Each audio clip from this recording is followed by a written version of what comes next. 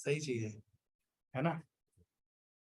Answer एक बार question देख लो, सही लिखा है मैंने, एक्स स्क्वायर माइनस 2 सही है। हाँ अब देखते जाओ, जब ऐसा केस आता है ना, तो फर्स्ट केस क्या है भाई, जो बेस है तुम्हारा 0 से 1 के बीच में होना चाहिए। पहला केस ये खेलते हैं, अगर बेस तुम्हारा 0 से 1 के बीच में है ना, और एक कंडीशन ये है कि x square minus 2x plus 2 कैसा हो, टू जाओ अभी लगाते हैं। अगर ये बेस ये है तो यहाँ पे इसको हटाएंगे तो क्या बनेगा, +2 लेस देन x की पावर 1 हो जाएगा ना। ठीक है, x को इधर ले आओ यार, x square minus 3x plus 2 हो जाएगा देखो, और लेस देन 0 यही बन रहा है। और इसको सॉल्व करने से जो फैक्टर आ रहे हैं वो x minus 1 x minus 2 less than 0। अगर आपने बेबी कर पे सजा दिया ना, और वो भी डार्क मतलब क्लोज इंटरवल 1 पे और 2 पे, और इसका भाई ग्राफ ऐसे करके बनता है, सबको पता है, इधर प्लस बीच में माइनस, ये तुम्हें ये बता रहा है x का जो आंसर है 1 और 2 के बीच में है ना। बट इसको देखो और इसको देखो, पॉसिबल ही नहीं है। तो इन दोनों से तो मुझे ये लग रहा है कि x फाई है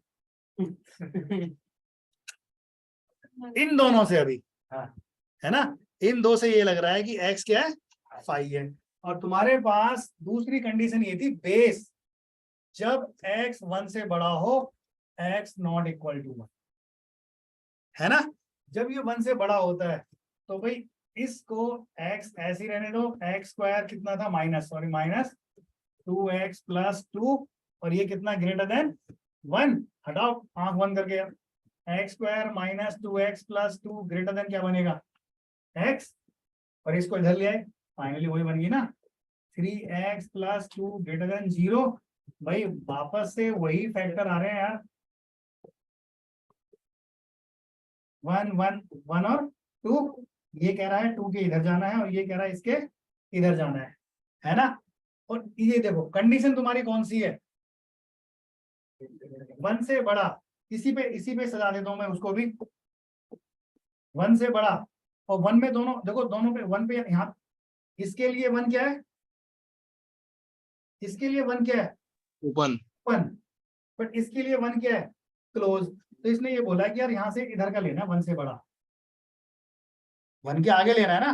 तो इन दोनों का, यानी इस इनइक्वालिटी का और इस इनइक्वालिटी का कॉमन कौन सा है फिर, 2 से इंफिनिटी। हाँ 2 से हो रहा है, यानी जो आंसर बनेगा 2 पे क्लोज इंफिनिटी, यही आंसर है इसका फाइनल आंसर।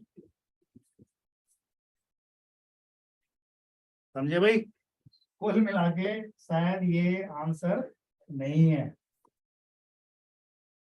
2 से इंफिनिटी है।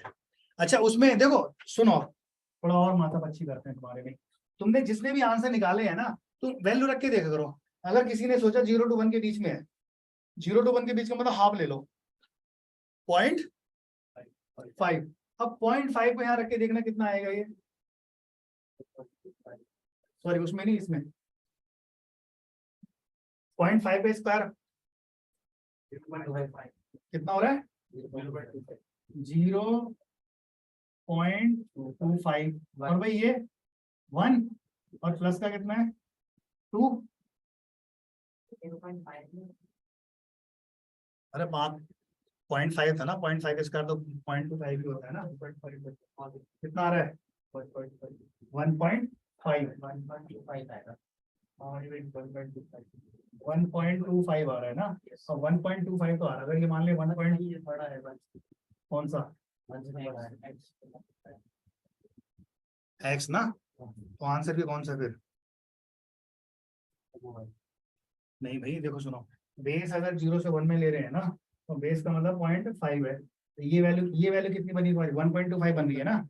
1.25 की वैल्यू हम निकाल सकते हैं ना, और x की वैल्यू क्या ली है तुमने, हाँ सुनना, सुनते रहना, तुमने x की वैल्यू ले ली है 1.10, और यहाँ पे आ रहा है और 1.25, बेस ग्राफ कौन सा वाला है, नेगेटिव है ना, और ये बेस अब ये होता है ये वाला है, तो देख 1.2 के आगे जाके चीज नेगेटिव में नहीं हो रही है, और जबकि राइट हैंड साइड 1 से 1 या 1 के इक्वल है। समझ में आया भाई क्या कर रहे हैं हम, है ना।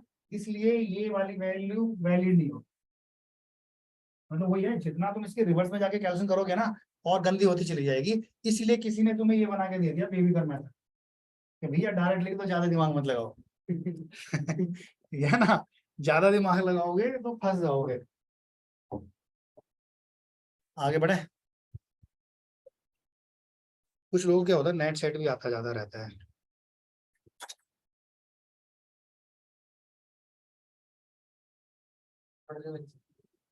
हाँ बढ़ गए भाई।